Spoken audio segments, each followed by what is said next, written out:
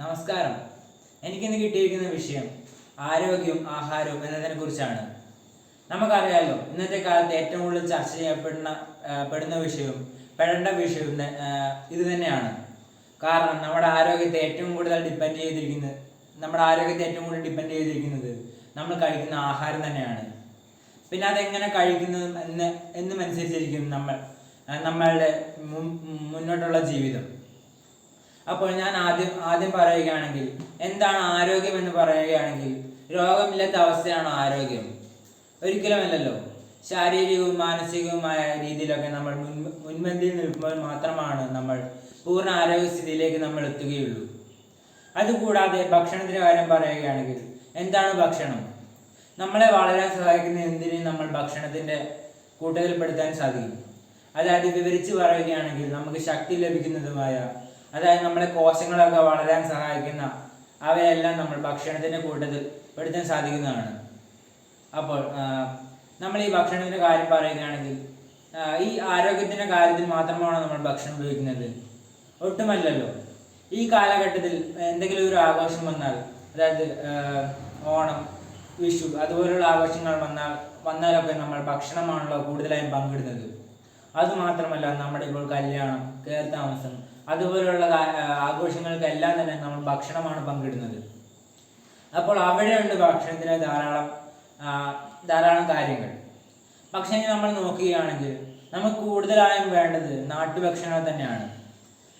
അതിനുമുമ്പ് ഞാൻ നാട്ടുഭക്ഷണങ്ങൾ എന്താണെന്ന് പറയുകയാണെങ്കിൽ, ഈ അരിവർഗ്ഗങ്ങൾ, പയറുവർഗ്ഗങ്ങൾ, ചീര, കിഴങ്ങ് എന്നിവയൊക്കെയാണ് ഈ നാട്ടുഭക്ഷണങ്ങളിൽ പെടുന്നത്. ഇത് കൂടുതലായും നാട്ടിലൊക്കെയാണ് വിളവെടുക്കുന്നതും കൃഷി ചെയ്യുന്നതൊക്കെ. പക്ഷേ ഇന്ന് ഈ നാട്ടിൻപുറങ്ങൾ കുറഞ്ഞു വരുന്നതുകൊണ്ട് തന്നെ ആരും ഇത് കൃഷി ചെയ്യാറുമില്ല.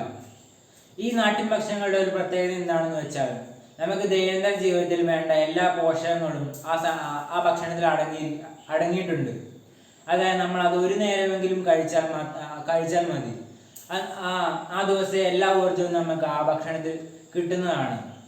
പക്ഷേ ഇന്നത്തെ കാലത്ത് ഭക്ഷണം എന്ന് പറയുന്നത് ആരോഗ്യത്തിൻ്റെ കാര്യത്തിൽ മാത്രമാണോ? ഇന്നത്തെ തലമുറ ഈ ഭക്ഷണം എന്ന് പറയുമ്പോൾ തന്നെ രുചിയാണ് ആദ്യം നോക്കുന്നത്. അതായത് എത്ര പൈസ കൊടുത്താലും കുഴപ്പമില്ല, എത്ര വിഷം കൂടിയാലും കുഴപ്പമില്ല, അതിൻ്റെ ടേസ്റ്റ് കൂടിയാൽ മതി എന്നായി ഇന്നത്തെ കാലഘട്ടത്തിൽ. നമുക്കറിയാമല്ലോ, ഇന്ന് ധാരാളം ഫുഡ് കളറും അതുമായി ബന്ധപ്പെട്ട ധാരാളം പോയിസൺസ് അതെല്ലാം ഇന്ന് ഭക്ഷണത്തിൽ ചേർക്കുന്നുണ്ട്. അതെല്ലാം എത്ര അപകടകരമാണെന്ന് നമുക്ക് ഇന്നത്തെ കാലത്ത് അറിയാം. എന്നിരുന്നാൽ കൂടി നമ്മൾ അതെല്ലാം അറിഞ്ഞിട്ട് കൂടി നമ്മൾ പുറത്തുനിന്ന് ഭക്ഷണം, ഫാസ്റ്റ് ഫുഡും ഫാറ്റ് അടങ്ങിയിരിക്കുന്ന ഫുഡും എല്ലാം നമ്മൾ മേടിച്ച് കഴിക്കുന്നത് എത്ര ദയനീയമായ അവസ്ഥയാണ്. നമുക്കറിയാം, നമ്മൾ മലയാളികൾ കൂടുതലായും വൈറ്റ് കോളർ ജോലികളോടാണ് കൂടുതൽ അടുപ്പം കാണിക്കുന്നത്. അതായത് ഈ കൂടുതലും വെയിലത്തൊന്നും ഇറങ്ങാതെ AC റൂമിലൊക്കെ ഇരുന്ന് പണിയെടുക്കാനാണ് കൂടുതലും മലയാളികൾക്ക് ഇഷ്ടം. അതായത് അതുകൊണ്ടൊക്കെ തന്നെ കൂടുതൽ മലയാളികളും ഈ വികസിത രാജ്യങ്ങളിലേക്കും ഗൾഫിലേക്കൊക്കെ കയറി പോവുകയും അവിടുന്ന് പൈസ സമ്പാദിച്ച് ഇങ്ങോട്ടേക്ക് അയക്കാനും കഴിഞ്ഞിരിക്കുന്നു. അപ്പോൾ അതിൻ്റെ ആഘാതമായി തന്നെ നമ്മൾ മലയാളികൾ കൃഷിയോടെ ഏതാണ്ട് വിട പറഞ്ഞ അവസ്ഥയാണ് ഉണ്ടായത്. അതുകൊണ്ടൊക്കെ തന്നെ നമ്മൾ നാട്ടിൽ കൂടുതൽ പച്ചക്കറികളൊന്നും ഉൽപ്പാദിപ്പിക്കാതെയായി കഴിഞ്ഞിരിക്കുന്നു.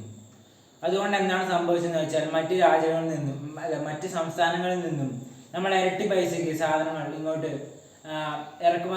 ഇറക്കുമതി ചെയ്യേണ്ടതായിട്ട് വരുന്നുണ്ട്. പിന്നെ ഈ ആരോഗ്യത്തിൻ്റെ കാര്യം പറയുകയാണെങ്കിൽ, നമുക്കറിയാമല്ലോ, ഇന്ന് നമ്മൾ ഈ വികസിത രാജ്യങ്ങളിലൊക്കെ കോപ്പി അടിച്ചാണ്, അതായത് പകർത്തിയാണ് നമ്മൾ ഇവിടെ ജീവിക്കാൻ ശ്രമിക്കുന്നത്. അപ്പോൾ കൂടുതലായും നമ്മൾ ഈ ഫാസ്റ്റ് ഫുഡും അതെല്ലാം ഇങ്ങോട്ടേക്ക് ഇറക്കി കഴിഞ്ഞിരിക്കുന്നു, ഈ വികസിത രാജ്യങ്ങളിലെ പോലെ. നമ്മൾ കണ്ടിരിക്കുമല്ലോ, ഈ വൈകുന്നേരങ്ങളിലൊക്കെ ഫാസ്റ്റ് ഫുഡ് കടകളൊക്കെ ധാരാളം തിരക്കുകളാണ് ഉണ്ടാവുക. അവിടെ കടയുടെ ഫ്രണ്ടിൽ തന്നെ വറക്കുകയും പൊരിക്കുകയും എല്ലാമാണ് ചെയ്യുന്നത്. അപ്പോൾ ആ മണം അടിച്ചുകൊണ്ട് തന്നെ ഈ മലയാളികളും അതുപോലെയുള്ള ആൾക്കാരൊക്കെ കടയിലേക്ക് തിരക്കി എത്തുന്നു. നമ്മൾ കാണുന്നുണ്ടല്ലോ ഇന്ന് ഈ ഫാസ്റ്റ് ഫുഡ് കടകളിലെ തിരക്കൊക്കെ. അപ്പോൾ ഇവരെല്ലാം അറിഞ്ഞുകൊണ്ട് തന്നെ ചെയ്യുന്നത് തന്നെയല്ലേ. പിന്നെ ഈ ഇടയ്ക്കാണല്ലോ കൊറോണ വന്നത്. അപ്പോഴാണ് വർക്ക് ഫ്രം ഹോം എന്നൊരു പരിപാടിയും വന്നത്. അപ്പോൾ അതുകൊണ്ടൊക്കെ തന്നെ വീട്ടിൽ വെറുതെ കമ്പ്യൂട്ടറിന് മുമ്പിൽ വ്യായാമമൊന്നുമില്ലാതെ വെറുതെ 24 മണിക്കൂർ പണിയെടുക്കുകയും ഭക്ഷണം കഴിക്കുകയും ചെയ്തതുകൊണ്ട് തന്നെ ധാരാളം പേർക്ക് ഇന്ന് വയറ് ചാടുകയും അതുപോലെ തന്നെ ഫാറ്റ് കൂടുകയും ചെയ്തിരിക്കുന്നു. അത് ഇനി വരാൻ പോകുന്ന വർഷങ്ങളിലേക്കൊക്കെയാണ് അതിൻ്റെ ആഘാതം മനസ്സിലാക്കാൻ സാധിക്കുക. ഇതെങ്ങനെയാണ് നമുക്ക് ആഘാതം ഉണ്ടാക്കുക എന്ന് വെച്ചാൽ, ഈ കൂടുതലായും ഫാറ്റ് അടങ്ങിയിരിക്കുന്ന ഭക്ഷണങ്ങളൊക്കെ നമ്മൾ കഴിക്കുകയാണെങ്കിൽ നമ്മുടെ ഞരമ്പിലേക്ക് അത് എത്തുകയും നമ്മുടെ രക്തയോട്ടം നടക്കാതിരിക്കുകയും ചെയ്യുന്നു. അങ്ങനെ രക്തം ഓടാതിരിക്കുമ്പോഴാണ് നമുക്ക് ഹാർട്ട് അറ്റാക്ക് വരുന്നത്. അപ്പോൾ അങ്ങനെയാണ് ഹാർട്ട് അറ്റാക്ക് ഉണ്ടാകുന്നത്. പിന്നെ അതുകൂടാതെ ഈ ക്യാൻസർ വരാൻ സാധ്യതയുള്ള ധാരാളം വറുത്തതും കുറേ ഉപയോഗിച്ച എണ്ണയും അതുപോലുള്ള സാധനങ്ങളൊക്കെ ഉപയോഗിക്കുമ്പോഴാണ് കൂടുതൽ നമുക്ക് ക്യാൻസറൊക്കെ വരാറ്. അപ്പോൾ ഈ ക്യാൻസറൊക്കെ വന്നാൽ തന്നെ നമുക്ക് എല്ലാം നഷ്ടമായ അവസ്ഥയാണ്. പക്ഷേ ഇന്നത്തെ കാലത്ത് നമുക്കറിയാമല്ലോ, നമ്മുടെ രാഷ്ട്രങ്ങളൊക്കെ ധാരാളം വികസിച്ച് കഴിഞ്ഞിരിക്കുന്നു. അതുകൊണ്ടൊക്കെ തന്നെ അതിനൊക്കെ മരുന്ന് ഇന്ന് കണ്ടുപിടിച്ച് കഴിഞ്ഞിരിക്കുന്നു. ഉദാഹരണത്തിന് കീമോതെറാപ്പി അതുപോലെയുള്ള തെറാപ്പികൾ ഇന്ന് ധാരാളം നമ്മുടെ രാജ്യങ്ങളിൽ ഉണ്ടല്ലോ.